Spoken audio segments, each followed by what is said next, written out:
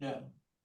All right, Rich, we're So- ready for you, boo-boo. Like I was saying, I was explaining them earlier, I think the public, as well as people who are running for office right now, need some education. New Jersey is a different place than it was 4 years ago with Bruen and carry and gun laws being passed around. I think we need to let politicians as well as their supporters know that we are no longer gonna be the silent majority. We are no longer gonna be silent, period. Majority or minority, whatever you wanna consider it. So I basically just wanna have open discussion about what's going on now with the governor's race, with all the bills that are going on, nationally. And just, basically talk about what's going on, and how things are changing now, and that when somebody is running for an office, no matter what that office is, you have to be considerate of Second Amendment and Second Amendment supporters. So I am Union County committee member. Good. I am also on the executive board of the Summit Republicans. And I was told that guns is not a Summit issue, guns is not a local issue. But the more I think about it, and the more as I sat on that for months and months and months and months, I realized that as I look through all of our list of elected politicians, and I look at the list of other county committee people, every single Republican sitting on the dais right now is on the county committee. And the county committee is who elects the people who are running for office. So if these people at the county committee level do not support the Second Amendment thing, they're not going to vote for people who support the Second Amendment, who are gonna be the ones voting on Second Amendment bills. So we've heard from Sandy for years about all politics is local and stuff like that. True. And it absolutely is. So, anybody else has anything to add, feel free, this is an open discussion, we're not gonna have any kind of structure here or anything like that. The first thing is, I'd like to thank Assemblywoman Dawn Fantasia for being here. She's one of the handful of legislators on our team that, even though they're in the super minority, they actually have the chutzpah to speak out. If you don't follow her on X, you really should, because you're extremely well written and poignant, and I steal a lot of your stuff for my radio show. I attribute it to you, but I love your angle of attack. And we have you, we have Vicky Flynn, we have Assemblyman Off, and a few others. I know I'm missing them, but it's a small handful of fighters that are willing to go to the mat for us. And we all know when the primary is over after June 10th, and early voting is June 3rd, by the way, for everybody listening, it starts where they can early vote on the primary. We need to, whoever is going to be the heir apparent for the Republican governor nomination, we have to have unity. You can't sit this one out. He's not my guy, he's not my girl, I'm a libertarian, I'm this, I'm that. We know that. Listen, I detested Christie, and everybody that's been listening on Fire Radio for the past 15 years, I attacked him a lot, but he held the line for 8 years for us. He didn't sign any bad legislation. He tried to do some stuff with ANJRPC through executive orders. Murphy overturned it the first week in office, but Mikey Sherrill, Assemblywoman Fantasia's favorite friend, has already said that if she wins the governorship, she's keeping Plackett as the AG. She loves him, guaranteed. Okay, she said that out. So is Fulop.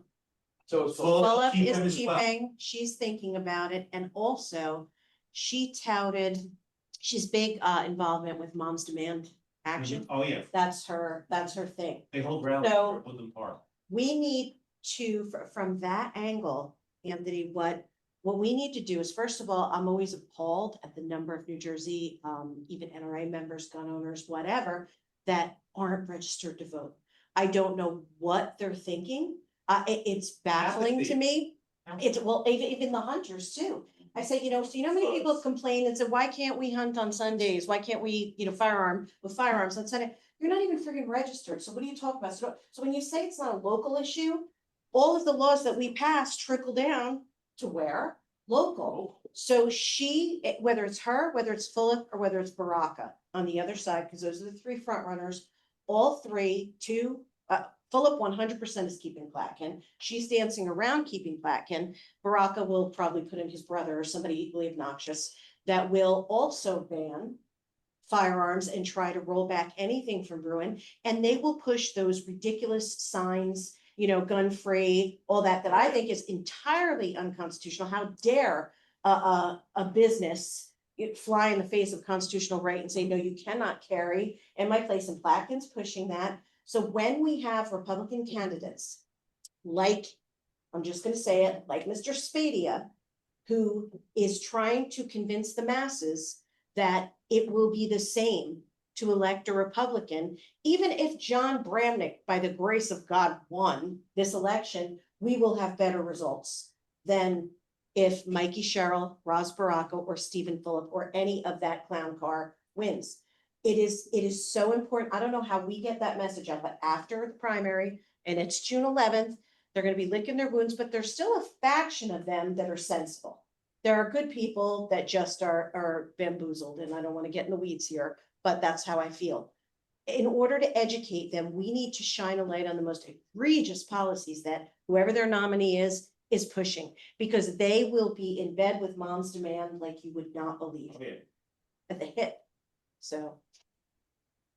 Yeah, I would agree with everything that Dawn just said. I would say we have two problems really, and one is that number, that 250,000 gun owners and hunters not registered to vote in the state of New Jersey through EVA, early vote action. We've been getting that messaging out and showing up in places like gun ranges and FFLs around the state to try to get more people registered to vote. But there's a second problem there, and that is just a high level of voter apathy in state elections, right? We get half the turnout, if not less than that, compared to a presidential race. I mean, we did an analysis of some of our more competitive districts, because for us, it was really important to try to promote Pro 2A assembly candidates in key competitive races around the state, so that hopefully that a strong Republican emerges from the primary, and that Republican creates coattails, and we flip those districts where we want the best people from our point of view to be in those seats. And if you look at some of those districts, and right here in parts of Bergen County and Passaic County, if you run up the totals from the 2024 election, more people voted for Donald Trump in these districts than voted in total in the state election. So if we just get, and this is the messaging we've been trying to get across to the GOP, we have strong allies, of course, and if you look at the voting records in Trenton, by and large, there's good discipline amongst the Republican conference there. There are some defectors, and we take exception with some of those, but by and large, there's discipline there. There's a good overall voting record. But the apathy issue and the fact that gun owners and other constituents don't necessarily see the level of support at the state level, the energy, that we need to change that perception. And I think the message for the listeners that hear this, the low turnout is so low that the gun people that go out and vote, your vote will count for 5 votes. Yeah. Because the voter turnout is so low. It's so low. Yeah. So we really need everybody to get out there and vote in the primary and obviously in the general election. 100%. I'm gonna leave it at that. Yeah. No, We've been making that abundantly clear on our Facebook page to people every now and then. Joe's done a phenomenal job of doing a rating of candidates, and we've been putting that out. I endorsed Jack Citarelli. I went out on a limb and endorsed him. I've taken a beating for it, but that's fine. That's the guy who I think is going to win. I've spoken to him a number of times. Does he know everything about the Second Amendment? No, he doesn't. I don't expect every candidate to know everything about the Second Amendment or the firearms laws in New Jersey, because there's so many of them. But he is willing to listen. He is willing to be educated on them. He is willing to give us a seat at the table once he gets elected. The other problem when you're talking about local government, town government, right? Like town councils, local Republican clubs. All right, I'm in LD4, so LD4 is notoriously and always has been notoriously unfriendly to the Second Amendment. I got Paul Moriarty down here. One Gun Madden's down here. Mosquera, who I believe is retired or went someplace else, but there's two other people. Anyway, LD4 has always been Cody Miller, do you have Cody Miller? bad. What's that? Is Cody Miller your district? Is he your assemblyman? Cody Miller? I think so. Yeah. Yeah, I believe so. And you have in District 4, do you have Jerry McManus and Amanda Esposito? Are they the ones running on the Republican side? They're running. There's another woman by the name of McCormick. Am I correct, Joe? Yeah, Barb Not- McCormick. Running. There's Barbara Brian. McCormick's running. Yeah. Now, that's great. We have people running, but you have another problem. The Gloucester County GOP committee, or whatever you want to call it, has split in two. Okay. There's a guy by the name of Adam Wingate down here who's a known Democrat, posing as a Republican, who's basically running things because they ran Vigilante out of here. Vigilante did a great job for years, but Vigilante's gone.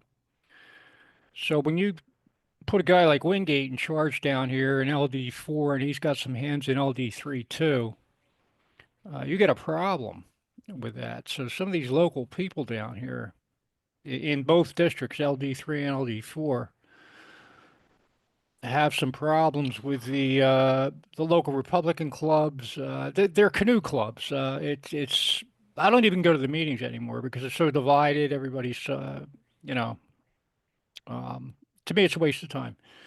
They don't want to hear anything about the Second Amendment. They don't want to talk about it. They're afraid to touch the third rail. They make promises. Yeah, we'll look into it. Things like that. So the only thing we could do is, from my perspective, I wish I could do it on a larger scale. What we're doing in our group, I wish it could be done on a larger scale because we're trying to adhere to the truth. We're trying to give as much accurate information as we can, and I believe we are. I just wish we could do it on a much larger scale. I haven't figured out how to do that yet. Mark, do you think that I think I've talked to Joe about this before, a way to form, let's call it a New Jersey Second Amendment Alliance, right? And bring together the various groups that we know we all have infighting, but can we agree to a set agenda, certain, and it could even go further beyond, elections to even, let's say, litigation to, like when the whole thing came out with the others, could like ANJRPC, CNJFO, ourselves, like all the different groups. Then that'd be to just, two-way per se, but some element of that and form an alliance. And I think, Joe, you and I talked to this where, the different fractions go down to Trenton for the Mom's Demand or Everytown, but they're part of that bigger kind of alliance. It carries more weight, but it also might be a way to have some communication between all different groups on certain key topics. And it's not a way to, there's no members of it, right? So you'd have representatives from each one of the groups and form like a second alliance. And then the second part, when talking about the voters, one thing that, okay, we have to get the ones out there that will vote. But what I see constantly is, well, I'm not a single issue voter. And, it's abortion. It's like, you think they're going to take abortion away from you in New Jersey? I mean, they say they're not a single issue voter, but it's like all those things that you're supposedly afraid of, they're not going anywhere. They've not gone anywhere. So I think we just need to put the mindset where the vote that counts is really the two-way vote in New Jersey. Because all the other shit, it's never going to go away. Yeah, that's a good Everything point. that we put out in our group, Brad, can be copied and pasted and shared everywhere. Yep. As far as the political stuff goes. I'm surprised that this community doesn't have more one-issue voters. Like if they're apathetic about voting in general and don't have a lot of faith in it, what they do know, I mean, I know I live like a stone's throw from the Pennsylvania border and the New York State border, right? But Pennsylvania, take that into consideration. None of us in my neck of the woods are crossing over to go to a flea market and all of a sudden you step into whizzing bullets by your head and like people don't understand. They go to Delaware to the beach, you go to the Carolinas. When was the last time a family said, oh my God, in the Outer Banks, I was so afraid because they're allowed to carry. I mean, it's completely ludicrous, this allergy to being able to carry the same way these other states do. And I get very confused about that being from where I'm from, because nobody feels awkward going across the border into Pennsylvania. because it's right there. You know, like things don't automatically change. So I think in order to pull the more moderate faction, and Mark, when you say you get pushback or people aren't so concerned or whatever, you know, these suburban wine moms that we call them, the Mikey Cheryl set, you know, say, where do you go on vacation? You go to the Outer Banks. Are you uncomfortable in North Carolina? Everybody's family. Are you uncomfortable when you go out to Amish country and you take your kids to Hershey? Or, you know, I mean, it's things like that that people are not seeing and not understanding. Also, you do have help on the way. If I don't know the other lady that was running, pardon my ignorance, but I know Amanda well. I don't know Jerry very well in District 4. If they win the nomination, I know Amanda came close last round when she ran last time. She's a teacher. You will have a real strong Second Amendment ally in her. So she's one to, We've been to in touch with all push. 3 of them down there and Are they all, they're all? all Good. A-rated. I can only They're speak good for one. on the issues. I only know one very well, so that could help. You know, like if they get across the finish line, and let me tell you, the people that they're running against are in hot water, having nothing to do with 2A. They're in hot water for the energy bills and everything else, right? So you might have a little help, and that might help reframe your district if you have 2A friendly Republicans that can bring that conversation. Like I know when I go to county committee, I'm on the Franklin, you know, committee as well. But when I go to the county, I speak on behalf of District 24. And it's kind of up to the legislators to talk to the people about what the issues are and what's important to them. So if you have Republican legislators and they go to your county committee, what county are you in? Gloucester? I'm in Washington Township. Okay, there's 5 Washingtons in the state, so that doesn't help. It's in Gloucester County. Yeah, it's in Gloucester I have County. Washington in mine, and I'm like, you don't live in mine, but they will drive the ship. Nobody tells me when I go to the county to say, or the district meetings, what do you want to talk about? It's up to me to say, this is what's happening. It's the energy bill. This is what's happening with Cary. This is what's happening with Platkin. So, you know, if you can connect, or at the very least now with whoever is running, you said Jackie's no longer in charge. There's somebody else in charge. It will depend, like, so that guy that's leading now in place of Jackie, if you feel he's not very 2A friendly, he has a board, there's a vice chair, there's a treasurer, there's an executive director. There has to be somebody in that sea of Republicans that's willing to talk about that issue to the group. So one of them. I'll say this, like, you know, we this is our first year of as an organization being more professionally, I guess, involved with the lobbying effort here. Mhm. And so I went around to all 21 counties as we were doing the sort of the assessment process. Because as I saw it, the opportunity for us, our goal was not simply to be like a Me Too organization vis-a-vis the NRA, right? I figured we as a more grassroots organization, we have the opportunity to do things a little differently from the way that the NRA does things, so that we can essentially add value to that process, right? And so the way that I viewed that the approach to take on this was the challenge with the way the NRA does the assessment process in elections is they wait till the petition deadlines are done, right? So they wait until the petitions are set, and then at that point, they know the exact candidate list in terms of what goes to the county clerks and state. And then they start the rating process, which in my view is too late. It's too late for 2 reasons. One, like, as we see in places like Gloucester County, as Mark raised, you have some resistance at the county committee level. And so you might have had good candidates that were competing for the nomination at the convention, but then they get flushed through the process because the committee pushes them out. So we figured, okay, well, then let's start the lobbying process early and actually approach the committees and make sure that we're voicing our support for these candidates to the committee members themselves. So we went around to this different places, and in some places, in some counties, those county commissioners were extremely helpful. Oh yeah, here's our full member list, and here's our list sorted by NRA members. So like, here's all the county members that are also NRA members, and like, here's open kimono, so to speak. You know, we're here to help. But you know, this Adam year, it's, Wingate, to Mark's point, Adam Wingate did not return my phone calls, my emails. I had to do pulling teeth to get the county committee list, and I only got it 2 days before the convention. but At here's, which point we had to so- make 200 phone calls in a day. here's the thing that's gonna work in your favor though with that. County line went away. Yeah, County line went away. So if we were having this conversation And- last and- cycle and sitting here, right? This would be a very different conversation, and you're right. Those individual county committee members, where only sometimes even half will show up for the vote. Getting endorsed by the county committee isn't the gem that it was before. No, no, it wasn't. So, I mean, it's helpful, but you don't have to It's- kowtow to a county committee chair. But at the same Anymore. time, like, Well- we're seeing in Union County with the new county chair, and like I said, he was supposed to be here today. We've made some changes, and, you know, one of the changes was the county chair, and it was kind of like the old, Yeah. kind of like with the old guard, like pushing out the old guard.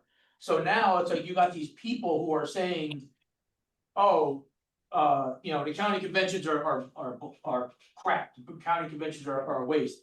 Well, Carlos has been working hard to change the old guard. Yeah. To get rid of the old guard and to bring in new people, and Carlos has brought in countless new committee members for every single city in Union County. And at the committee convention, like, we had a huge turnout. It was, they were given the numbers of, you know, like the last turnout and stuff like that, and like, I wanna say it was, Westfield, I think, had 0, and now they had like 7 or something like that, so it was huge numbers coming out for the county convention. He's bringing all these people who are more conservative than just the old GOP, so it's like, we have to give credit where credit's due when there's someone out there trying to make changes to the old system and to push out all the old bull. And like, with your, all the endorsements that you guys been doing with the FOS, it's like, now I'm sharing these out and I'm saying, look, these are who we are supporting. So if you're not acting like these guys and doing what these guys are doing, then you're on the wrong path. You're going that way, we're going this way. And that's where I think, where more of a grassroots endorsement has been much better. Carlos is awesome. Yeah. You're very lucky to have him, and I mean, he is awesome, and I'd be interested to see what happens. So he brings in all these new conservative people, great, that's the base. But then what do they do? How does that how do we make that translate to getting gun owners To take that to the to next step. vote? Yep. You know, like, how do we do It's- that? It's still, I mean, look, it's, to your point, right? I do think it's worth talking about the issue of involvement in things like county committee with the Second Amendment community, because it is a good way to get involved with things and have a voice and a vote on things in a meaningful way that can change some of these organizations from the inside. Because Exactly. it is an entirely mixed bag, and you're right, Carlos is great, and he's one of the county committee chairmen that has been super helpful. Again, like, it's a mixed bag though, Peter King in Passaic County, not as much, Anything, no. yeah. Like, he runs that joint like a mob boss, it's like, you gotta go to his bar on Friday at 3 o'clock and kiss the ring and stand in line, and maybe you get to talk to the chairman, you know? Again, I'm not trying to air dirty laundry, but we can. We can, we can affect change by changing these organizations from within, and the state GOP is maybe even a same problem, is not maybe slightly larger in the sense that. You know, there is a sort of old guard sort of system with the state GOP, and I know that there's a lot of. You know, things in the works right now to change the state GOP too. But we only I get think- there if we change it ourselves, we are not gonna. Well, exactly, and I think that comes from, you know, starting with ourselves, sign up to be county committee. Well, I was you gonna know. say, every town has probably got vacancies. There are vacancies. all Absolutely, over. we have Every plenty of town's them, got vacancies, you raise your hand, you're on county committee. exactly, and I think that's a good place to start. You know, I you don't think- have to run. I think when you said Peter King, you meant Peter Murphy Peter Murphy. in That's Passaic okay. County. Sorry. And here's the thing, I not gonna step in it. I like Peter. I like him a lot, and I think he does a very, very good job in holding the line with being Passaic County, and our legislators from that district, Kristen Corrado, Al Barlis, Krista Phillips, are all Republicans. And they all vote pretty well on a lot of these issues. Passaic County is going to be very, very, very pivotal in the governor's race. The fact that Passaic County swung for Trump, nobody, Passaic City swung for Trump. Yep. Patterson. Yeah, I mean, it's insane when you look at those numbers. So regardless of how it's been or whatnot, maybe there's a different way to approach it. I appreciate you saying your experience. Like, I get that. I totally get it. But we need to find a way to crack through to these really integral places. I mean, I have good relationships with these people. Yeah. You will have good relationships with them too. You just will, because they're friendly to the cause. And I think a lot of times we get in our own way with personalities. I'm not talking about you. I'm saying politicians and people like that get in the way with their own personalities. We need to put all of that garbage aside when you have a county as pivotal as Passaic, because they can make or break this election. Passaic County, honestly, you know, we say at a primary Ocean and Monmouth, oh, Republican. This isn't about that. This general election is going to be Passaic County, in my opinion. It's going to be a huge factor. Yeah, I'm not airing dirty laundry here to criticize the. Oh, I get it. You know, I get it. I think the benefit of involvement in these organizations is that we get a more direct, you know, I'm on the Bruen County Committee. And we had problems there too. And if Jack DiLorenzo is, I think, generally speaking, a good chairman for BCRO. I'm not complaining about Bruen County Committee as a general matter, but you know, the issue we had in Bruen County was Jack put out some messaging early on in the process that legislative district candidates should not respond to any questionnaires from any special interest groups. So we sent out the NRA questionnaire and our questionnaire to those candidates. And then we get responses back like, oh, I'm not actually supposed to respond to that. Well, I mean, that's, So we fixed it. Bottom line is we fixed it. You know, but these are real issues that we sometimes struggle with. There's napalm issues, abortion, guns, religion. I mean, there are issues that are just honestly explosive. Yeah. So how we deal with it in a primary is very different as to how we deal with it in a general. one of the It's things, nature. one of the things I was talking, we just had a campaign kickoff last night, 2 nights ago. For our city council. For some that are running again. Now, we were talking and Nancy Munoz was there, Michelle Matskudis was there, and we were all talking. And I said, listen, I says, you know, the governor race is a hot topic right now. And I said, the best thing that I've been doing that I think is, I don't know that it's working, but I think I've gotten good response to it, is when I get someone who's who doesn't necessarily want to vote the way, let's say they should vote. I grab him inside, and I put my arm around him, I whisper to him, I say, listen, you walk in that little booth, nobody there with you. Nobody knows what you're doing. So what you do when you come, what you say when you come out of that booth versus what you've actually done in that booth, it's two different things. So if you think it's the right thing, if you know, come time to vote for, in the general, for a governor, and you were a Bill Spadia supporter and Jack Chittarelli won the thing, just click the button. Nobody's gonna know. Nobody's gonna know that you went Jack. Instead of not voting at all. I'm seeing the rabid arguments on Syndicate. The Spadia guys, because they all DM me. And the Jack guys. But I don't think when that fight is over, that's gonna be a problem. The winner is gonna take all the votes. Like, I don't think there's a Spadia guy who's gonna be upset if Jack wins and goes, oh, fuck this, I'm voting for the Democrats. I just don't. Or not voting. Or not voting. That's I the big one. don't even see I'm talking about Syndicate people. Okay. There might be people outside of the Second Amendment community that will not vote because they didn't get their guy. But in our community, and I think a lot of it is the messaging that comes off the radio show, but in our community, I think you just gotta lick your wounds and say, my guy lost. But the alternative is way worse than that. So I don't see a problem. I don't see a problem. I think it's good to let these guys hash it out. When I leave these guys fighting, I like the passion, right? Like, you guys are like, well, you know, people don't come out and vote. All of a sudden, like, one of these guys on Syndicate, who's a big Spadia guy, who we talk about in the admin page, we're like, how did we, this guy again? But I went to high school with that guy. I never thought that guy was gonna be involved in politics ever. Like, I didn't even think that guy would ever vote, and now he's like super into it. So like, if you want enthusiasm, you gotta be able in the primary to go, hey, you've got enthusiasm going the other way.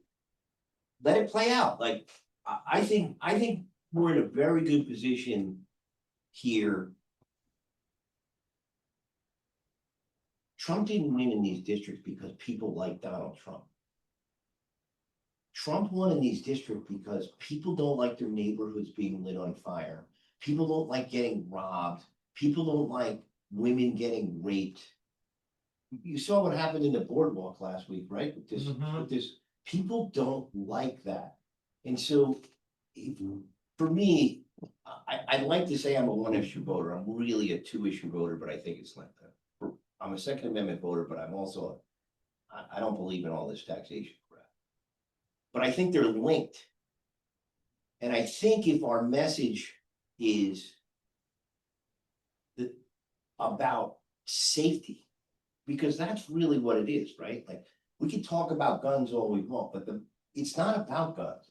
It's about safety. And if the message is about safety, and to steal that Heller terminology, law-abiding citizens, if we can sell that message that that's what we're all about, is safety, and that if we're all safe because we have 15% of the population is carrying, we don't need to hire so many people to keep us safe. And that keeps the tax burden down because we don't have to keep hiring more and more and more and more guys. So I think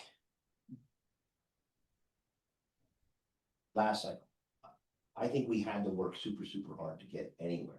I think the other team is literally just throwing us the ball and we're just intercepting it. I think we're in such a disposition here. I completely agree with that. I mean, if we look at the state of play right now, I mean, look at the numbers, and we obviously Mark endorsed Jack, and that was part of our strategy here. But if we just look at this numerically, Jack Chiarelli right now has outraised all the Democrats currently on the primary lineup on the other side. And I could be wrong. It's hard to go through New Jersey FEC file, like our elect filing stuff to get real hard numbers. But I think it's a long time since a Republican has been outraising Democrats in this state. And we just had that big swing of momentum in November. You've got early signs indicating that Republicans could potentially outperform in this election cycle. We have more wind at our, in our sails now than we ever have. And if we can't get it done under these circumstances, I don't know what it's going to take. Like, look, we have to win under these environments. Like Jay said, I think people are fed up with what's been happening for the last 8 years, and it's not just us. Now, I think what's incumbent on us is, I mean, I'll share this because I can't go into all the details, but we've had a little bit more special access to what's been going on in Washington, D.C. right now. And I'll say right now that what is happening in Washington, D.C. is a whole lot of political capital coming our way in the Trump administration. Now, why is that happening? And this is a statistic I've been sharing with a lot of folks. In 2024, 99% of NRA members voted in that election. That is the highest voter turnout of any special interest group, period, in any election. Why does that matter? It matters because the participation of our special interest group in that election cycle was so high that we are getting the political capital. Right, it's not just because Trump is strong on the Second Amendment, it's because this is democracy in action, right? We did our part.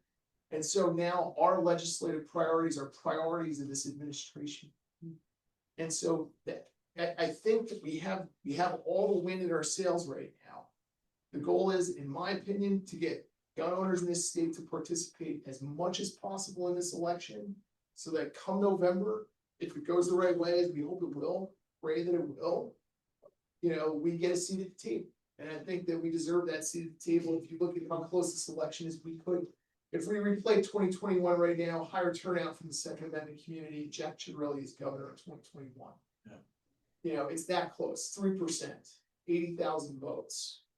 There's 1 million gun owners in this state. Let's just get this done. Touching on what Jay said about what happened down the shore. I'm sure he's aware of what also happened at Woodbridge Mall and Menlo Park Mall the weeks prior to that. Yeah. I was at Menlo Park Mall. I was with my niece, 24 years old, 23, 24. We went to a show that they were having in the parking lot of the mall. Before we left my house, I had 2 beers.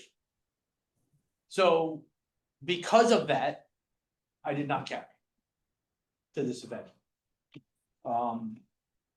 Now I pull up to the mall and I see police cars from 5 surrounding towns and police officers walking around with rifles at the red.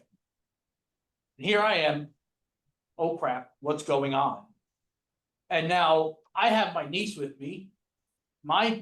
In my head, my number one job is protect her.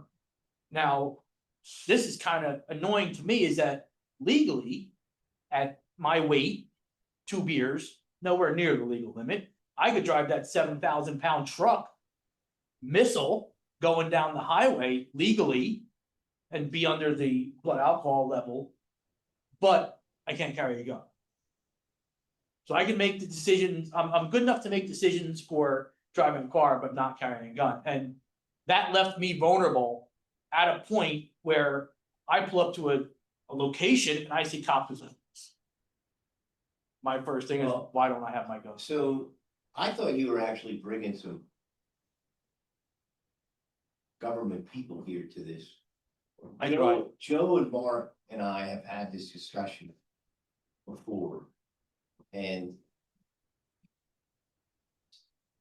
this is probably a better discussion to have in this room. So I think one of the problems, even on our side, is that let's just say every politician is not a gun person. And so we always use the do you have your FID card as the standard, but there's a lot of people who have an FID card and maybe have a shotgun who still don't understand any of the laws, right? Like you can't go into a restaurant. I think it's time that we start to seriously discuss in a larger venue like the Friends of the NRA dinner last year, okay? Now, we put together something in a restaurant and we bring, to your point about bringing groups together, we bring speakers from, good speakers from several of the groups, right? We invite people to come talk, but we have to invite some of these politicians because they don't even know what these laws are. They have no idea. I'm going to give you a perfect example. I didn't get a chance to tell you this, but I'm not going to use any names because I don't know who's listening to this. Joe was doing an event 2 or 3 weeks ago, and there was a politician who showed up to the event, and I saw it, and I was like, you gotta be kidding.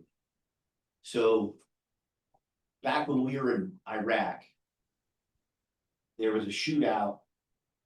They find a CD with my high school's plans on it, on the dead insurgent. And it's in the paper. And so I got a buddy who lives 4 or 5 houses down from me, who's a sergeant in the police force. And I said, Bob, like, you get 5 shooters in that school. What are you guys gonna do to stop it? And he goes, nothing. We don't have anything except our handguns and our soft body armor. And so at the time, I was building houses for some really rich guys, and I put 5 or 6 guys together, and we went out and bought fully auto M4s and sappy plates and, body armor, the whole kit and caboodle, shields, everything for the police departments we called it Tri-Town in the 3 areas. The one town, they want to do it themselves, but 2 towns took it. So I get invited by one of the towns to go to the PBA dinner, and I'm sitting at a table just like I'm sitting at a table now. And this is before he was a New Jersey politician. He was more of a local politician at the time. Comes and sits down at my table and says, "I don't appreciate you buying machine guns for our police." What? You know how much fully automatic M4 is, right? You know how much body armor is. Oh, yeah. And we're talking in the tens of thousands of dollars to outfit a police department. And I was like, so you only want the bad guys to have machine guns? And it took me 45 minutes to explain to this guy why we needed to be able to match the firepower of the threat. And when I was done, he came around. But his initial mindset was no one needs a machine gun, not even local. And so I think when we have this, there has to be a way that we can get guys and politicians who actually understand what these laws are and how they're affecting people. And when I say affecting people, how they're affecting the public safety. How stupid it is to have to take your gun off, right? How stupid it is to take it How off, unsafe. to go unsafe, to go into a restaurant, right? And so we need to be able to explain to these people what's going on. We need to be able to explain how hard it is in New Jersey to actually be a gun owner, how hard it is to go get a second-hand gun and go through that whole SBI 212A FARS nonsense, because they don't know. They might have an FID card that they got one time and they're gonna go deer hunting years and years ago, but they haven't done anything about it. And I think it really falls back on us that we're gonna have to push more education to the guys that are running, because they don't understand it. And then when you explain to them how many of us that there are, right? Auth is always talking about, the FID cards, get them signed up, so we have numbers that we can put in front of them. But if we can start showing some of these, how many members there are on Syndicate, how many members there are on CNJFO, all these different groups totaling out these numbers, and I know a lot of them overlap, but we have to be able to show these guys that this is worth considering because you have a substantial amount of voters. But when you make a bad decision on a gun bill because you don't understand it, that affects you and affects your voting. And so I think, like, when we leave here tonight, we're preaching to the choir, but we got to get out to these politicians who they know nothing about it. Yeah, I want to expand on what Jay's saying, because I kind of think I know exactly where he's going with this. So when we give somebody an A rating or an A plus Second Amendment rating, right? And they go around and they flash that around. Okay, great. That could say one or two things to somebody depending on what their mindset is. Like some people are like, oh my God, the Second Amendment, guns. Others are like, the Second Amendment, oh, does that even exist anymore? Well, I think what Jay's saying is we need to change the narrative of how we're communicating with people. And he mentioned it, he alluded it to it earlier, and I kind of caught on to it. He was talking about public safety, your safety. We need to come up with a way and some talking points to give to these candidates to talk to the people, maybe even put it on their campaign websites about your safety, your family safety, the safety of the people you're with while you're at the boardwalk, while you're at the mall, while you're wherever, and then kind of tie it in with the Second Amendment without actually saying the Second Amendment. Because just to sit here and say, yeah, I'm pro Second Amendment, I don't give a shit. Great. That, to me, okay, that could mean a lot of different things. You like to go skeet shooting? Wonderful. That's not the Second Amendment, but a lot of people think it is. So when we bring it home in a more of a friendly way, or a way that the people would say, oh, you know what, maybe that's a good idea. If I am at the boardwalk and all hell breaks loose, I will be able to protect myself. Or if I am out and about, maybe I will be able to protect myself and my family. I think we need to focus on that a little bit more as a narrative. Get that narrative out to these people who are running. Email it to them, fax it to them, whatever, and say, hey, look, here's some talking points. Start talking about this. You're not necessarily touching the third rail. You're not saying that you're all for, assault weapons and going crazy, but you are for one being able to protect their family when they're out. Because I think that we're kind of missing the point when it's communicating with people about the Second Amendment, and we need to speak on their level, not our level. We cannot speak on our level to people who don't know. And like Jay said, we're preaching to the choir. So Mark? maybe we could dumb it down a little bit for people to understand that if you are protected. Dawn, I think, understands. She's shaking her head. Okay. That was my point. When we start talking about the Second Amendment is actually to protect us from an oppressive government people stop listening at that Yeah. moment. They're So like, what the hell are you talking about? my goal is to rip away as many boxed wine moms who are suburbanites from Mikey Sherrill in this general election. And how you do that is through storytelling from people who don't necessarily, like, everybody hears a message a different way, right? So I made no apologies about my feelings about the Second Amendment. I grew up in a law enforcement family, blah, blah, blah. We'll put that aside and say, I was held up when I was 17 years old at work, gun to the back of my head, I was pushed under a table, right? That leaves an impact. So don't you dare question me on why I feel the way I do about the Second Amendment. And you should care too. And I'm a mom and I have 3 kids. I'm a single mom and the whole nine. And it goes, you need those stories to reach those people and to make those politicians feel safe. Now, I'm in a safe district. I could say the oppressive government is going to come and take you down, and I would get even more votes with that.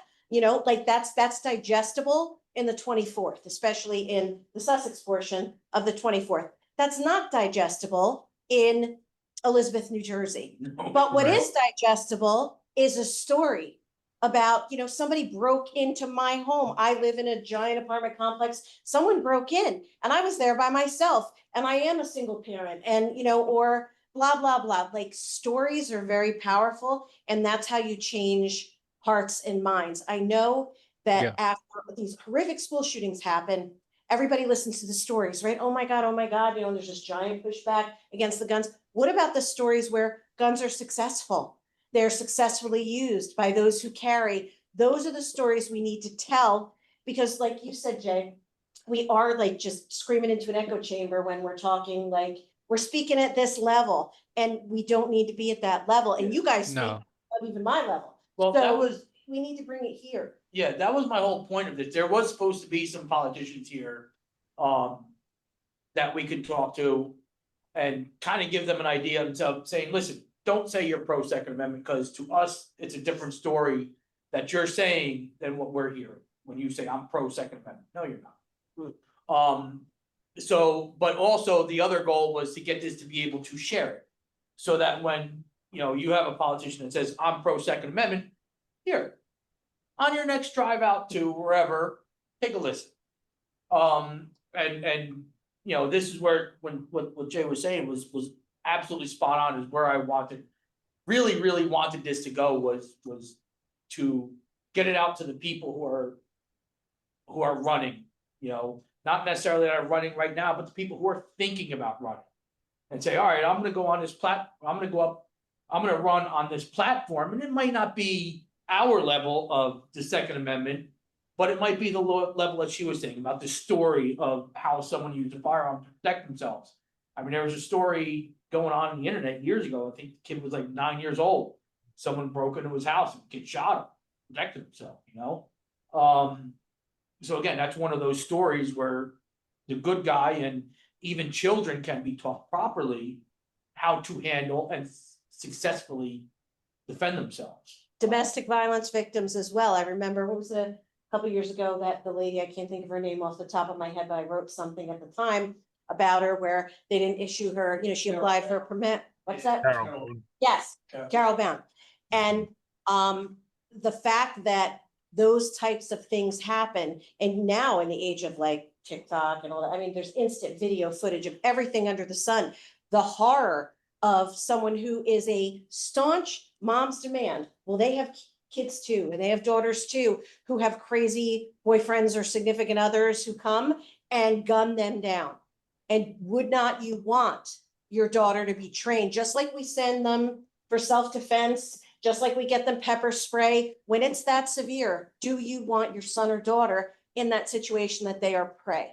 You know, Well, I those was always saying are messages. on that topic around like domestic violence survivors with all this, sensitive location bullshit, right? So you're telling, let's say a person who has, let's say, more than credible threats than, you or I, let's say, they can't go to a park. I mean, they basically can't go anywhere. If you carry, so like maybe we can get some like video stories of it. They aren't people from New Jersey. It's people who, I testified in Trenton said, like, to the mom's demand, like, you've never sat with, a domestic violence survivor that regained their freedom. You know how much armed security costs? Thousands of dollars a day. But if they've gotten the training, went and got a concealed carry permit, why should they not be able to go to the park, not to go here? It's ridiculous. And I think those are the stories that, and they doesn't have to be in New Jersey gun owners. We probably don't have a ton of those.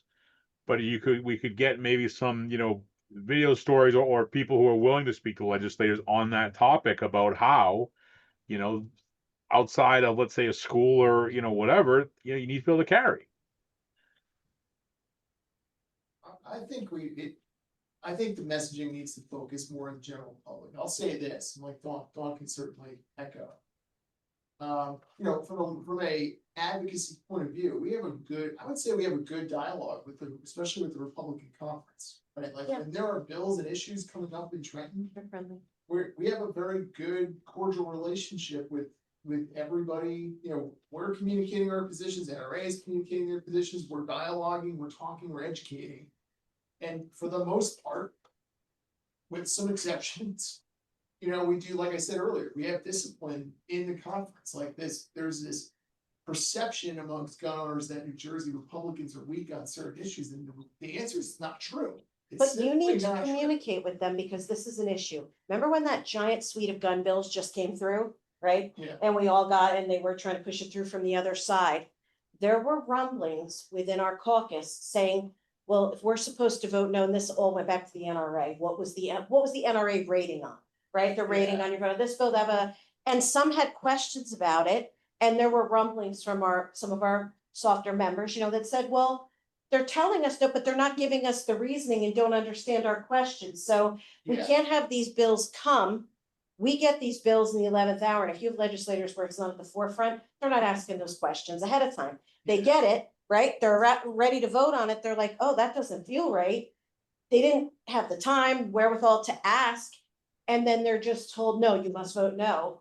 There's a communication issue there. So when we have these hot bills coming down the pike for people who aren't going to take the time to dig in because maybe it's not their issue, there's issues that aren't my issue either, right? That come that have unrelated to this. There needs to be a better job from this community saying, here it is, here's why, not just here's an email. And if you know you got a tough nut to crack it. Yeah, well, we need to be, if that's true, then we. It is, because I just witnessed it, but like I said, I've been there 18 months. But I just witnessed the gun bills to come through the first time. I was like, who's speaking? And then some people, well, I don't know, why am I voting no? Explain this, don't explain this, or Jay, explain this, or Bob, explain this, because they just didn't know. You have my cell phone number. If you need me to come Yeah. talk and explain something, I can come do it. I would love that. I know he'll do it. I know Mark is limited because of his job, that he can't just book in the middle of the day. You might have to schedule Mark, but I think everybody here, like, in the future, would just call us and we'll come explain it. That's another reason why I do want, I mean, I know we've got this we talked earlier, there's a little bit of a break in the legislative schedule now until fall, but like Great time to fill them in, when, great time. I'll say this too, like when Trenton is back in action, we have that space there. We wanna just try to maintain more of an open door so that we can have a more, it's the 11th hour, call us and ask us why.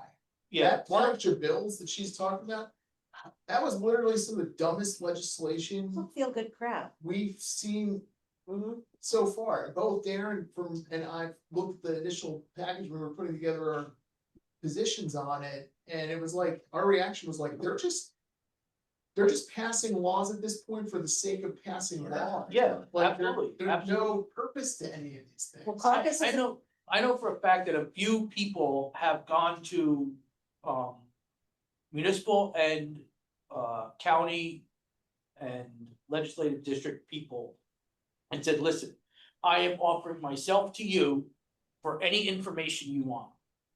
Whenever this topic comes up, talk to me, call me, my phone is open, I will explain everything to you, and I think we need to get them, we have to figure out, I think, how to get them to listen to us when we tell them these things. When I go up to someone who's running for a county position, I say, if you have any questions on gun stuff, contact me, please. And I think they go, okay. but they don't, they're not And gonna it do goes it. out the other But year. it's not going out the other year that you're not available. What happens is competing agendas. We Yeah. get an agenda, we get it, I don't know, 3 days before, and then they're adding on. And it's every issue under the sun that impacts New Jersey, whether we're picking a state juice or nut, or all the way up to something insane like affordable housing mandates, right? So it runs across everything. So it's priority. So if they don't care, that's what the caucus room is for. So what you guys need to do, and you do a good job of this, in my opinion, is tell me, off Weber, whoever your team is, Vicky Flynn, tell us, because when we go to caucus, we have members for all of these issues that say, I need you to stand up. So before we go vote, we stand up and say, this is why I'm voting on it, and you educate, but it's all self-motivated, like education issues. I'll stand up and I'll say, this is what I did, blah, blah, blah. Somebody that's on infrastructure, I don't sit in those committees, but they stand up and tell me why this infrastructure bill is blah, blah, blah. They're not always gonna reach out to you, is the point, in the 11th hour, when there's 120 bills to. So let me ask this, who is us first? When you say The us, who are Republican you? caucus. So the caucus, so there's 28 Republican Assembly Okay. members. Our leader is John DeMayo. Krista Phillips is the conference leader. Okay. So if you want something to be hit home, reach out to DeMayo. He's wonderful. DeMayo will, as an open ear for everything. And Krista Phillips is a really organized conference leader. Say, this is a hot issue, bam. Yeah. I think, know? if We need to if have you more- can, oh, sorry, Go ahead. if you can, after this is all done, if you get a little bit of time, just, if you can send me a list. of those Sure. things. And let's get those names out to the people who might be listening to this in the future and say, who do I have to contact? How can I help? Or Um, we need that list. Yeah, I think, It's all, I mean, we have the. Absolutely. And here's the thing, I don't know who's getting like this information that when we're talking right now. I would recommend that this is put out for any Joe Blow on the street, It's- because Moms Demand will watch this. Mikey Sherrill will watch this. hopefully Their that's. common moms will watch that- it. that is- I don't want them to witness the Yeah. strategy. Does that make sense? No, Like, yeah, is that- It's not a strategy, it's the Yeah. truth, and what Yeah. the problem is, and this is the problem, they stole that narrative. That's why every single bill that they're pushing for gun control, every single thing that came out 4769 talks about public safety over and over, public safety. Yep. They stole it, Take it back. public safety, and we need to steal it back. Mhm. And this goes back to the boardroom. I have to agree. I think Public safety is a huge failure, which goes back to what we were saying before about all the people who voted for Trump. They don't want to see this kind of melee going on in their neighborhood. They don't want to see their streets overtaken by a bunch of drag racers. They don't want 400 people attacking businesses in their community. They just don't want it. And people are tired of it. And so we need to take it back that a couple business owners who are protecting themselves actually protect everyone, and you don't even need to use it. Sometimes, and you're talking about domestic violence or protecting a daughter. Sometimes the friend who's carrying gets involved when there's an issue, and she doesn't even need to pull the gun, she just goes like that. That situation is diffused and it is over, and that's it. And that is really what you're looking for is, I just need to be able to go home at the end of the day. And if we can sell that and get rid of that gung ho Second Amendment image, we start to win because people just want to go to work, cash their check on Friday, pay their mortgage and electric, and take their kids to baseball practice, and that's it. That's what people want. Thank you. But to Dawn's point, though, I think she raised a good point. And some of this, we're kind of talking amongst ourselves here. We're kind of talking a little bit about how the sausage is made. Yeah. And sometimes people shouldn't necessarily see how the sausage is made, but like what she's talking about too, like take that last package of bills. Some of those bills were very, very technical. You know, like the bill about assigning commercial codes to credit card transactions that relate to guns and ammunition. Why should we oppose that? Well, I think we got a unanimous vote on it by us breaking it down. I think we all 100% voted no, because I don't know if it was me, one of us stood up and called and said, oh, no, they should not be able to track back. And this is what it could be used for, blah, blah. But it needs to be broken down into that easily digestible 4 sentences of how dare they? yeah. And then you get consensus. On something like that, and there was bills in that package that related to domestic violence. That's another one that trips up the Republican conference a lot of times. Because the bill might be ineffective, it might be problematic from our point of view, there might be all sorts of things, but you put that tag word in there. That's a problem. Put that tag word in there, it's like, I don't want to. You need more women to be able to flip that story. Yeah. If you want me to say it plain and simple, it's kind of like when we have a caucus full of men that talk about abortion and they get cut off at the legs. Put a woman up to start talking about it. I know it sucks that that's the case, but it's the painful truth. So when you start talking about domestic violence, I'm quite comfortable saying, no, and this is why it's wrong, because it's actually endangering victims of domestic violence. Same thing with the Immigrant Trust Directive. Oh, you're kicking out women and children. No, it's actually hurting women and children who are not documented. It is hurting them because they're exploiting them and being sex trafficked. So I had no problem saying I have a serious issue. So again, it's all in how you gotta take it, and it's gotta be thought through and talk through as to how do you flip the script to make it okay to oppose something like the red flag laws. I was back on the freeholder board and we were gonna be sanctuary. I know it was all performative for sanctuary because it didn't hold any weight. But when we were doing the whole sanctuary states thing, and Mark, I think that's when you and I first became, acquainted, when it was the whole sanctuary state Oh, yeah, well, that's when I situation. met, Yeah. when I met, And Mark. for us to be able to say, well, this is why this is the case, put up the flag, say, what do you mean, just cause versus good cause, but and I had to actually map out what that looks like to the common man who doesn't understand what the problem is. Red flag laws sound great, and by the end of my little speech, and I have it, I can send it to you if you ever want to be bored for 5 minutes of your life, you'll never get back. I had women in the room who came in opposition and were screaming, actually asked me a couple of questions, and at the end we're like, all right, who were opposed, because red flag is a bad thing. To be against red flag laws, that's a bad thing. Well, it's not a bad thing. It's not a bad thing. It's just not being messaged correctly. It's Right. not.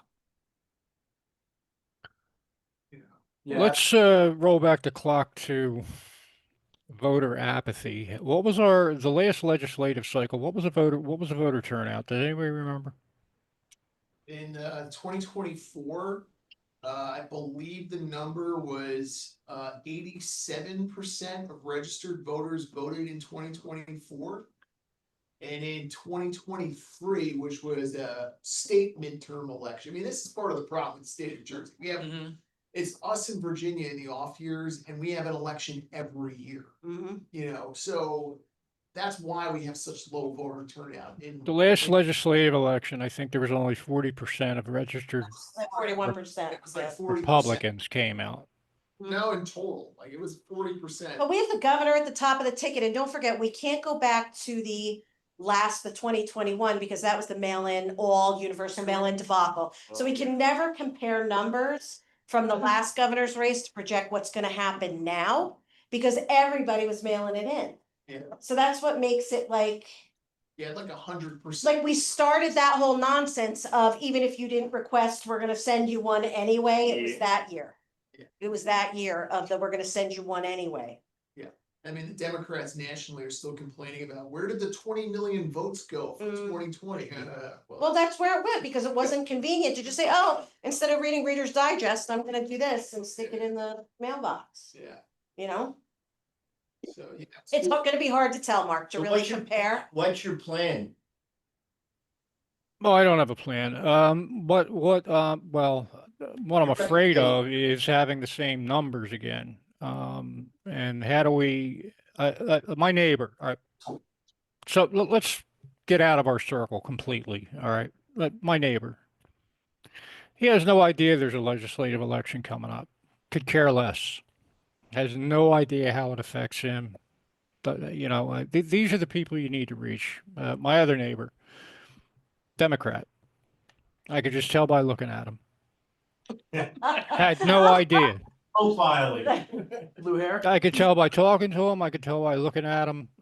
He doesn't have to admit it to me, but yeah, he's definitely a Democrat. He's kind of an old school Democrat, so I cut him a break. And he has no idea that there's even a Start talking governor about his race coming electric up. bill. Talk about his electric bill. I'm telling you, if the main goal is you're not gonna be able to motivate people who don't really necessarily care about I know. 2A. New Jersey is purple because of our wallets. New But Jersey is what I'm Democrats saying though is vote these people have will. no idea that any of this is even coming up. Maybe they will when they get their thing in the When they get mail. their electric bill, they sure will. And when they get their July electric bill, they sure will. I mean, I think they will wake up to some of that, and the mail will be heavy, the commercials will be heavy. When it's a general, the gloves are off. I think if people don't know that there's a governor's election going on, they live under a rock by the time November comes around. It's gonna be brutal. It's gonna be a bloodbath, and the whole, I mean, especially with Trump getting involved, the nation is looking at us. So even if they're not big into politics, they're big into paying their No, bills. yeah, that's a good point. It's Yeah, all I about, think have things are going to be different. I hope. I'll add this, and this isn't a thing that I've been trying to encourage more of in our membership, right? Because this is, in my opinion, is another good way, a grassroots way for us to build more political capital in this state.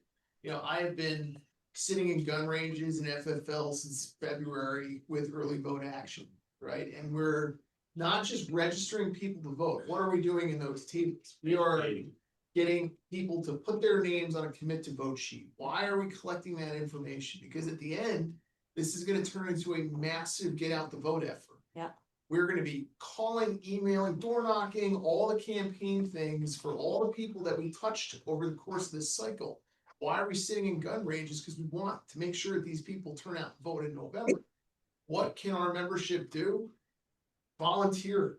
We're gonna need like nuts and bolts things to phone bank, to door knock, to leave hang tags, to support these campaigns and get all these people, this big, beautiful list of people that we've compiled, thousands and thousands of names.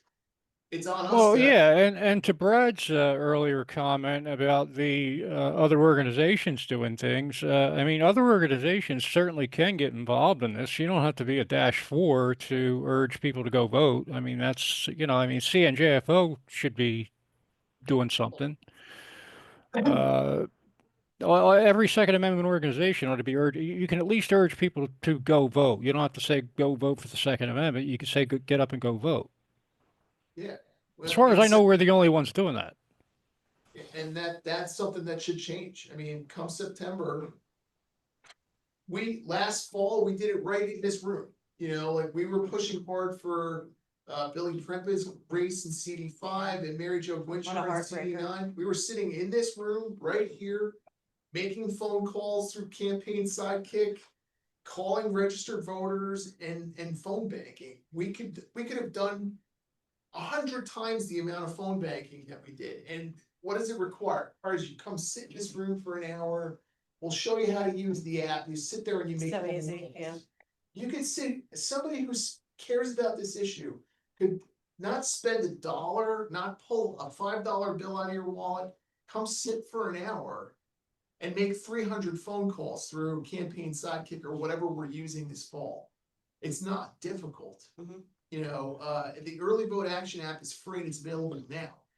Any one of our members who's even locally concerned can pull up go on their early vote action app, drop a pin on their current location, and it gives you a walking map of every registered Republican in their neighborhood. You can go door knock right now. Mhm. You don't even need a campaign. Hey, go vote in June. Hey, go vote in November. That's it. Like, we can, and if, I'll say this, if we got folks to participate in campaigns in that way, by providing additional resources to these legislative districts especially, Mm. that's gonna be, let's just say, behavior that our legislature will like to reward. And I that is agree. how we build capital and how we build a better Right. reputation.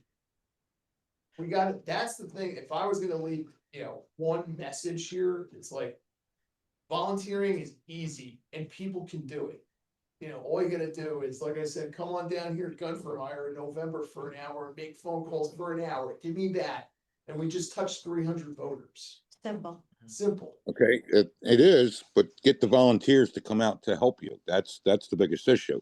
So with the points being made earlier, I think we do got to dumb things down a lot, and we should play the victim.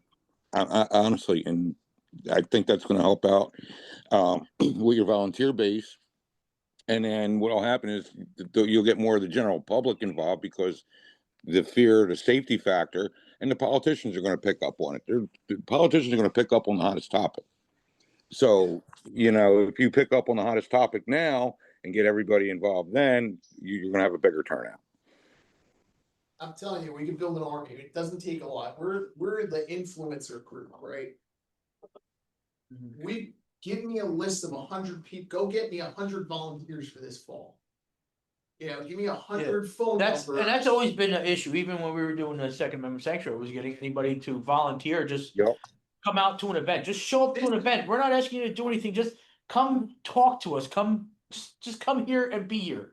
You'll find someone to talk to, and we struggled so hard trying to find volunteers just to show up, not to necessarily phone bank or to door knock or any of these things. It's just getting people to show up. And I'm sure you're seeing it just as much too with the early vote action.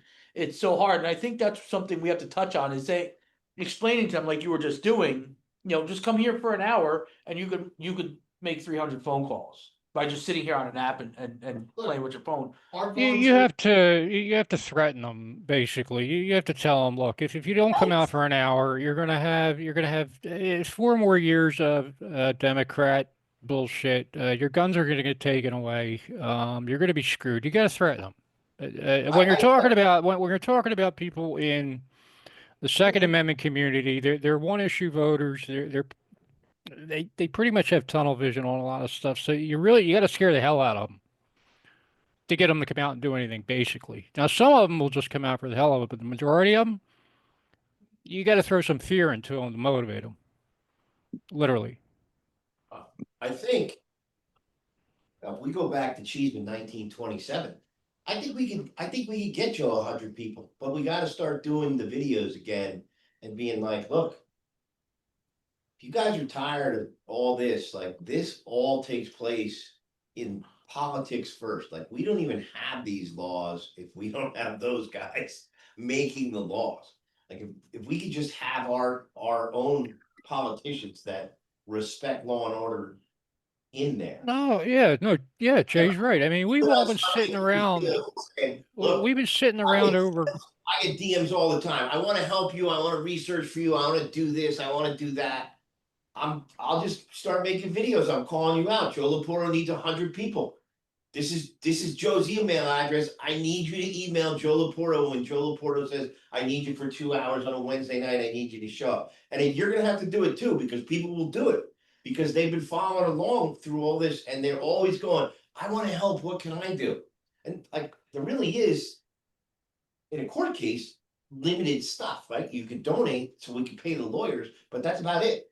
But in this, these guys can actually show up and start shaking hands with Anthony, start shaking hands with Dawn, and be on Joe's team. And who knows, like out of the 100, you might pick up 10 that'll be with you for the next 20 years. That's how we build it. Yeah. Well, Yeah, I mean, I would like this organization, firearm owners organization, to come up with some kind of a plan to do exactly what we're talking about, to get volunteers out, to get people on the phones, to get people to have the app, I would like to come up with something like that. At least our organization will be doing something. If other organizations want to copy it and do it, that's up to them. Let me ask you But this. I would like to see our organization do something along the lines of what we're talking about to try to get more people out and get people out to get other people out, whether it be on the phone or walking the streets or knocking on doors, things like that. I mean, we've all been sitting around for, I don't know what, 500 some odd days waiting on a third circuit to make up their goddamn mind on some basic things. I don't see it happening anytime soon. I don't know when it's going to happen. And we don't know what they're going to say when they do make up their minds. So we're banking on this Third Circuit case, which both cases are strong cases. The problem is the court is sitting on their asses doing nothing. We may very well go into our next governor and legislative cycle before we even have an answer out of the Third Circuit Court. So we can't rely on the courts as much as we used to at this point, not in my mind anyway. I mean, think- you file a case, that case sits there for a long time. So we may be right now. The other way to think about this is to put the brakes on with the gun bills, the crazy gun bills that are coming down the line. The only way to do that is to change the landscape of the legislature and the governor. That's it. There's no other way around it. So it's either do or die. And I think that starts locally too. I think it starts at the bottom, you know? But he'll be veto proof. That's the goal. Right now, we have 28. If we don't lose anyone, right? They need 26, so they need, if we're down to 26, we're screwed. Down to 24 when I think about how many votes that they need on the Dem side. So even if we have 2 defectors, point is, we need a veto proof numbers, even if we pick up 2 seats, 3 seats, right now it's veto proof. Right, so if we had a Republican governor and they throw this crap down the pike and a Republican governor vetoes it, they don't have the numbers to override a veto with our caucus. If we lose any members, we are up the creek. We are up the creek. Senate has, where's the Senate at right now? Senate is up 2, we're up 2. So it's, if we lose 4 legislators, even with a Republican governor, then we're not veto proof. Right now, we're 2 votes See, away. that's a very sad narrative. That's So we horrible. we lost 6 seats the last round though. Our freshman class, I was the only female Republican to go in either house. The only one, and we lost 6 of us, 6 females got the boot. And a couple strong for this community got the boot. Plus we lost men too, but I'm just saying, it was wild. It was insane the amount of people we lost this last round. Yeah. I mean, we're 2 votes away in the assembly from a veto override. My math is this, like, the minimum number of seats we need to flip in this election cycle is 6 in order to stave off. Feel comfortable. Let's assume that a Republican governor wins. If we don't flip 6 seats, it won't matter who's the governor. No, you don't need 6. You Well, don't the need to reason- flip 6. I would The reason say why I think we need 6, 2. here's the reason why I think we come up with, my number is 6 for this reason. We have 2, not bashing anyone in the GOP conference, but we have 2 Moderates. defectors Mhm. that tend to vote against us on Second Amendment issues, so we gotta overcome the +2 on their side from our conference. One of the most competitive districts, one that's very likely to flip, is LD3. The 2 Democrats in LD3 voted against that 10 bill package that just came up, because in LD3, they actually get dispensation from the Democratic Party to vote with Republicans on gun bills. They will never get that if it's a governor override. I promise Still, you, that let's- won't be a gift that they get. Let's assume we flip LD3, that doesn't really get us anywhere, because that's a sensitive district on sensitive Second Amendment issues, so we need to come up with 2 + 2 + 2 to get to a veto proof majority. Joe, if it was close, they would never allow them to defect. I agree, Never allow them to, it's because their votes, quote, don't matter, so they can save face and pretend like they did a whole lot of something when they didn't do jack. Yeah. They didn't do anything, but they get the pass to make everybody say, oh, look at how nice, Let when me, they were nowhere near. here's what No? here's where my assessment of this situation shifts a little bit, like, all the pernicious gun bills, they're already on the books in New Jersey. So now we're frogs boiling in water. we're not gonna get another 84769 at this point. We're gonna get what we saw in this last package. And think about the proposed excise taxes and the increased fees in the budget this year. If that type of stuff starts to pass in Trenton, that's not, if whatever excise tax Murphy's proposed budget included, that's only the starting point. Oh, we know that. That's gonna get dialed up a little bit more every single year, and we're gonna, like I said, we're frog boiling water. We're gonna be priced out. So we need plus, if I'm telling people, we gotta work to get 6 seats flipped in this. So let me ask you this, More the merrier, yeah. More than America. with all the work you did with all the endorsements. And I know I'm sure it was a ton of work. And I'm sure it would be a ton of work more to ask what I'm about to ask, but how hard would it be to start going on the opposite side of that spectrum and saying, you know, calling out the people who are horribly against us and putting it kind of like an endorsement, but the opposite of an endorsement, say, this is such and such, and this is why we rate them an F rating because of their voting on, you know, they're voting for this, kind of like what they're doing now with the campaign stuff, saying, oh, this guy voted for that, and that guy voted for that, and this guy voted for that. And, you know, even to get that word out, to find out that kind of, The problem, I'll say this, the problem there is that the Democratic conference in Trenton especially is so bad.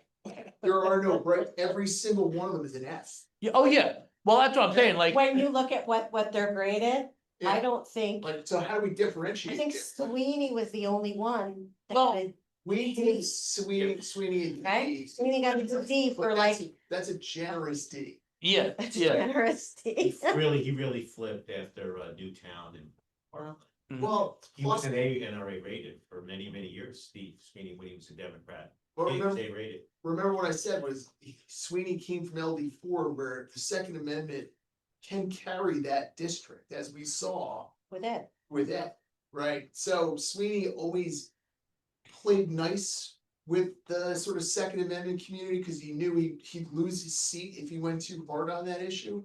But that's Sweeney as an assemblyman in LD4. Sweeney as governor, when he doesn't have to worry about that, he's not gonna.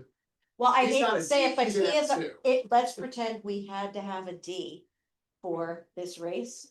Of all 6 of them, Oh, he's Sweeney. our only bet. Oh, yeah. That would even Sweeney's- be Oh, remotely not crucifying the community. Yeah, That like keeping it status quo would be him. I apologize, gentlemen. I need to be somewhere at 8:30 and I've already pushed it 10 Thank you minutes for past that. yeah, But thank you for This being is here. really It good. was- Keep fighting, keep sending us info, keep and I posting don't have your stuff. number, by the way. I'll message you on Facebook or Messenger or whatnot. Yeah. Nobody uh, wants to talk. I- All right. Yep, Thank- be safe. Guys, thank you. Yeah, I mean, Thank we've you been, for hosting. I'll see you guys. Thank you. So we're talking about this, so, you know, we've been hosting early vote action here. I shamed a lot of other gun stores and gun ranges to do it. Joe has been beating the pavement with it. We've been educating and flipping people every week, every weekend. Sometimes they set up tables here during the week. My Sadkin comes in. So I think we're doing great work with that. Educating people, like Joe said, we're getting to sign a commitment because, again, Mark says we're preaching to the proverbial choir, and I understand that. It's like when I talk on the radio show, I'm like shaming my listeners, but I can't. My listeners are our base and they're all onto us, you know? So I'm trying to get our listeners to get other people to listen. That's why every show I try to put non-gun related stuff. So somebody might say, hey, Joe, your daughter's going to college next week. Listen to the show. There's some safety issues there that you should be teaching your child when she goes away to communist Harvard. And then I'm hoping that he'll listen to the show for his daughter's sake and go, oh shit, maybe I should get involved. Maybe I should. So every week I try to balance when I do the show prep, how I can put messages in there. You know, every week now has been travel safety and stuff, and I'm trying to slip in more stuff. So hopefully people that are not our proverbial choir that we preach to will listen to it and get the word out. I think we've done a ton of work with this early vote action, Joe. We really have, you know. Tremendous. And I think it's gonna help us, you know. We Shoot has been doing a lot, you know, I did Monmouth County Guns, you know, Vin. So I think that'll continue to help. And you hear every week, I'm like, listen, follow, share, and volunteer. I keep trying to shame people and get the word out. And if you can't volunteer, then send $25 to New Jersey Firearms Owners Syndicate, whatever you can do to help. So we have to all continue to spread the message and rally the troops. Assemblywoman Fantasia is correct. The Democrats voted to delay the hike on the energy charges till after the election, because they know it's gonna hurt them in the election. So let's make that an issue. You know, Dawn said that, let's make the energy increases an issue. You also see they wanna charge us energy rates by income. You know, that's on the slip, right? They're gonna see how much you make, and that's gonna be how much you pay for your energy. Yeah. Everybody's gonna be gaming the system. But, That's why I said before, like, Eric, yes. no, I'd say I'm an issue voter, but it's really two issues. The two issues, the taxes and the fees and the costs. And the Second Amendment are one issue, right? Yeah, I think the time of one issue voting is over.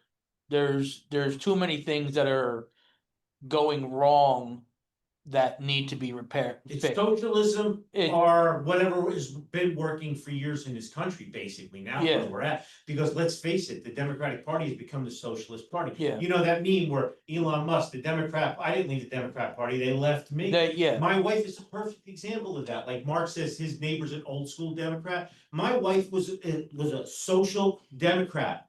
You know, she pro-abortion, you know, she comes from a Jewish family and she just basically a lot of libertarian views. And but she's Jewish. The past 4 years, 6 years, 8 years, the Democratic Party's completely left her. Yeah, well, that's what we're talking about. Yeah. That's no Yeah. different than what's going on the boardwalk. It's the same thing for them. yeah.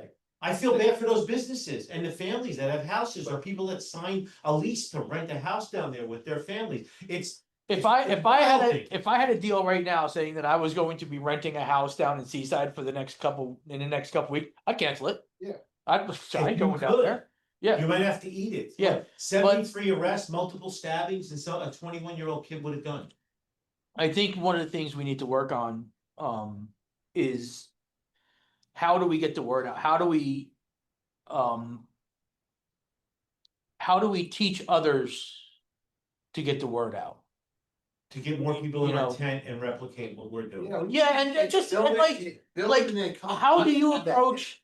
So how do you approach your neighbor to say to bring up the discussion of, hey, you vote? You know what I mean? Like, I know a couple of my neighbors. I know where they all stand politically. You know, the one neighbor I knew, he was a gun owner because I was walking out of my back door one day and I see him carrying a Smith and Wesson box to his car. I spotted it right away. Nobody else knew what it was. I saw it right away, little black plastic case. I knew exactly what it was. And later on, I confronted him and I said, hey, I saw you were going somewhere the other day. And he's like, yeah. And then we started talking. We ended up becoming good friends.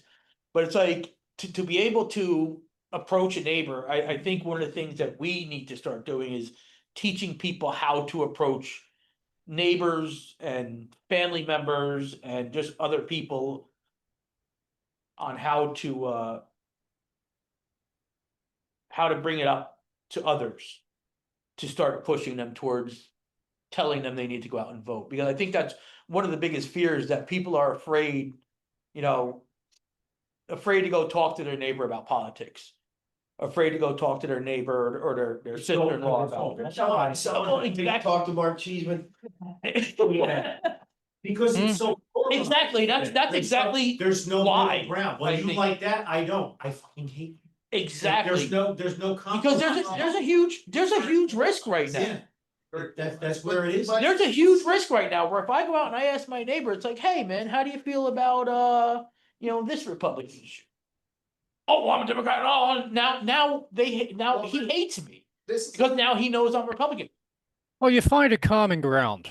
It's actually When I- you're talking to your neighbor, you need to find a common ground, and you can do that through conversation. So I found a common ground with my one neighbor over here. He is a marijuana connoisseur.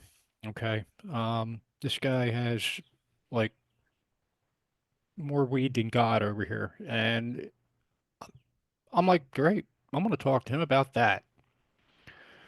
I started talking to, I didn't know there was a legislative election coming up. I said, well, where are you at politically? I said, I don't want to pry too much, but where he said, yeah, I've always been Democrat. I said, okay, that's kind of a problem. I said, I'll tell you why. I said, that marijuana bill they shoved through? He's like, yeah, yeah. I said, well, how many plants are you allowed to have? He says, I think 3. I said, yeah. And, or then what happens? Like a 5-year felony or some bullshit like that. He's like, yeah, it's fucked up. I said, well, how many plants do you have, you figure? He's like, oh, I got a hell of a lot more than 3. I said, well, you're in a world of shit, aren't you? I said, this is what happens with voting Democrat constantly. Yeah, yeah, maybe you're right. Maybe I will come out and maybe I'll split parties and go Republican. Maybe things will be better. I said, yeah, maybe. It's worth a shot, and that's all I had to talk to him. So you kind of find a common ground. Yeah. And then with him, it just so happens to be he grows a lot of weed. The other guy, the old school Democrat guy, um, he seen me getting out of my truck with my firearm, and he approached me about it. Are you carrying a firearm? I'm like, yeah. He says, well, you're not police. I said, no, I got a carry permit.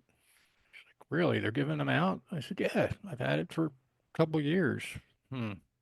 I've been thinking about that. I don't even have a gun in the house. I got a BB gun. I'm like, oh, all right. Well, what kind? I didn't laugh at him.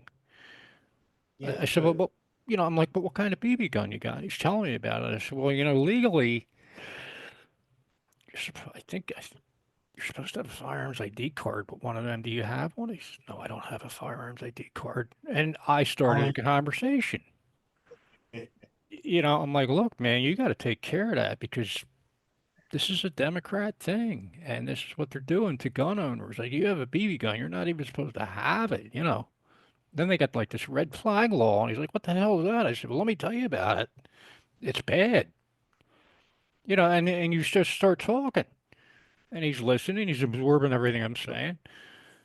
And in the end, he's like, maybe I'll change parties, and I said, yeah, maybe you ought to think about it.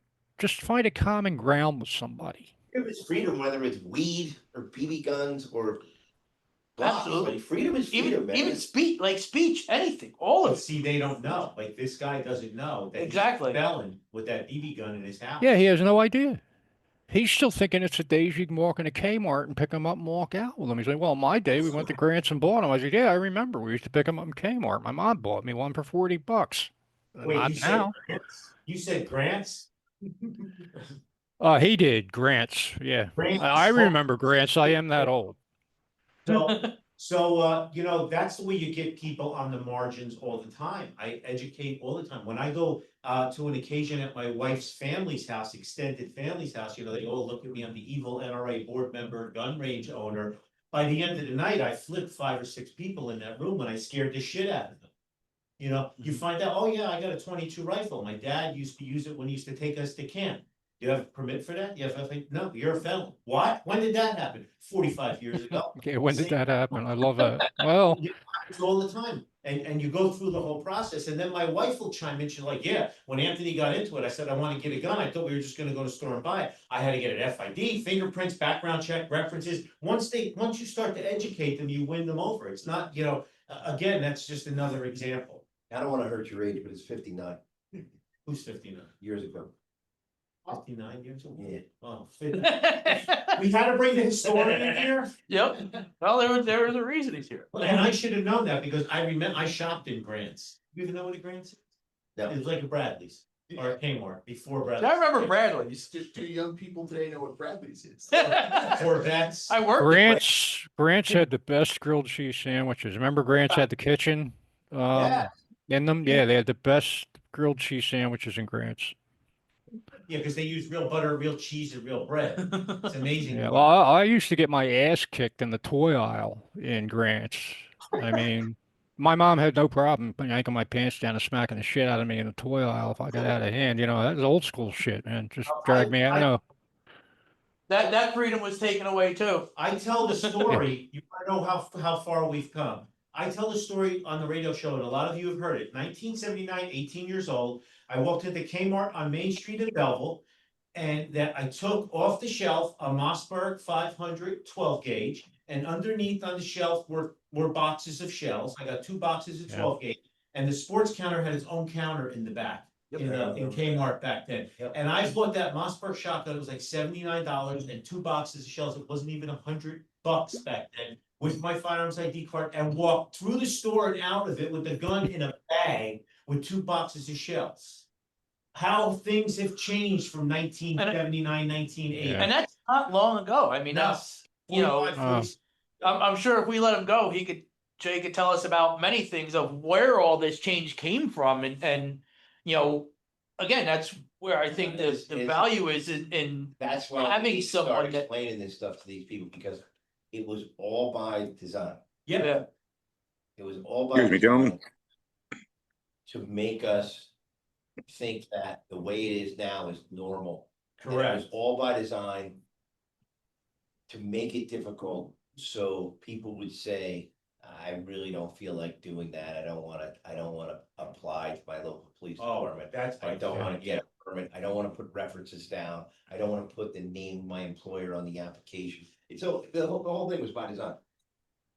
that I Oh, can say this is what it was. This is, you know, here, listen for 30 minutes. This is what we did, and But you know, it was also last minute, we had to pick a night this room was available. I'm just teasing, man. No, Yeah. but in the future, with better planning, we'll do it like a Tuesday night, where it's less of an excuse for Especially in the people, summer. yeah, especially Yeah. in the summer. yeah, They'll exactly. Come out and I'll donate, I'll donate some pizzas or something, so everybody can have some grub, you know, and Yeah. I'll just charge you all $50 each for the room, but pizza will be free. But no, I wanna commend you, this was really, really, really good. Rich Thank you. bought some really nice microphones. That's my IT guy just sent me that, cause I thanked him for helping you, and he goes, Rich brought some really nice microphones. Yep. All right, guys, I'll see you later. I got people waiting for me. They're in the VIP lounge. All right. Guys, Thanks thanks very again. much. Thank you. Really appreciate your input on all this. And look forward to doing this again with you guys. Having the whole package plan here. Don't, we'll see you Monday. All right, guys, have a good night. We will speak again. All right, thanks Mark, for Get thanks for out of coming, my, Mark. get out of my classroom, Mark.